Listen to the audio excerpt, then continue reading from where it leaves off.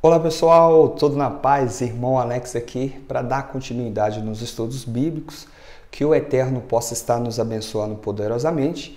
Nós estamos dando uma olhada nesse livro aqui, ó, Teologia Sistemática, Histórica e Filosófica, uma introdução à teologia cristã. Traz umas informações históricas muito boas.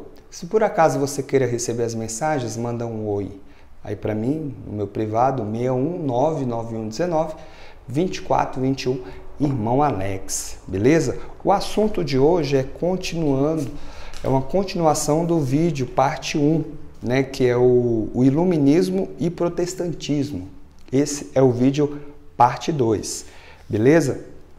É interessante você ver o vídeo anterior para que você venha ver que isso aqui é uma continuidade, né, que fala sobre a influência, né, que o iluminismo teve para alguns escritores cristãos. Então vamos dar continuidade aqui. A relação entre o protestantismo e as universidades, desde sua concepção, o protestantismo reconhecia a importância da educação superior no treinamento de seus ministros. Isso aqui é interessante. Um exemplo, as igrejas mais históricas, né, presbiteriana, a luterana, de fato, os pastores eles vão para a faculdade, né, eles estudam, se preparam para poder ir para alguma igreja em alguma comunidade, em algum local aí do Brasil e do mundo, né? Eles só vivem ali na igreja, tem uma casa para eles, eles têm um salário, eles têm férias, eles têm um carro, eles podem estar ali com a sua família ali cuidando da igreja, né? Eles aqui, essa afirmativa aqui condiz com a realidade nos dias atuais. A fundação da Academia de Genebra e da Faculdade de Harvard são claros exemplos desse aspecto. No final do século XVII, no início do século XVI, no início do século XVII, as igrejas luteranas e reformadas da Alemanha fundaram uma universidade de teologia, a fim de garantir uma constante oferta de pastores instruídos. No século XVIII, o protesto político foi bastante reprimido na Alemanha. A única forma pelo qual o radicalismo poderia se expressar era intelectualmente. As universidades alemãs se transformaram, portanto, em centro de revolta contra o antigo regime. Eles usavam as universidades para poder estar trazendo algumas informações contra o antigo regime ali, né?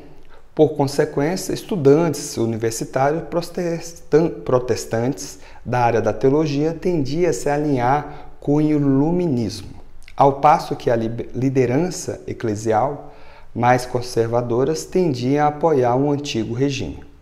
Assim, o radicalismo foi capaz de se expressar teologicamente no âmbito das ideias, embora aparentemente incapaz de alcançar qualquer mudança social, política ou eclesial que fosse significativa. O radicalismo conseguiu organizar uma significativa oposição às ideias que sustentava as igrejas. Portanto, a teologia protestante foi bastante influenciada pelos métodos iluministas, mas ao mesmo não ocorreu com a teologia católica romana. Interessante isso aqui. Na teologia católica romana, eles não conseguiram influenciar. Por isso que muitos falam, né, o pessoal que estuda, vê que a teologia católica ela é bem mais, vamos dizer, coerente do que a teologia protestante, né? Esses movimentos não conseguiam entrar na teologia católica, somente na teologia protestante. A diversificado impacto local do iluminismo, deve-se destacar que o iluminismo não foi um movimento cronologicamente uniforme. embora estivesse bem estabelecido na parte central da Europa Ocidental até o século XVIII. Não se pode realmente afirmar que o iluminismo se estabeleceu na Rússia ou nos países do sul da Europa, como Espanha, Itália ou Grécia, senão até o fim do século XIX ou começo do século XX. Esses países eram os centros do catolicismo romano ou da ortodoxia oriental. Consequentemente, os teólogos das suas igrejas não se sentiram pressionados a reagir às forças intelectuais que possuíam tamanha importância nas áreas historicamente associadas ao protestantismo. Então aqui só traz até essas informações, mas informações interessantes. Pessoal, muitos movimentos, né, que surgiu no decorrer da história aí, influenciou grandemente o pensamento, né, protestante, influenciou a igreja, né, e aí você começa a perceber muitas doutrinas que surgiram.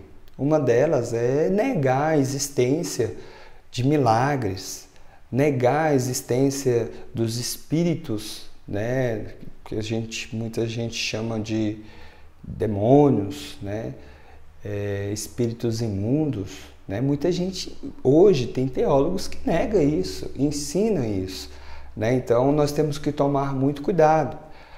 Então, a meu ver, o que nós temos de base para a fé, acreditar no Criador, no Messias, nós conhecemos como Jesus, né? Alguns chamam de Yahushua, outros de Yeshua.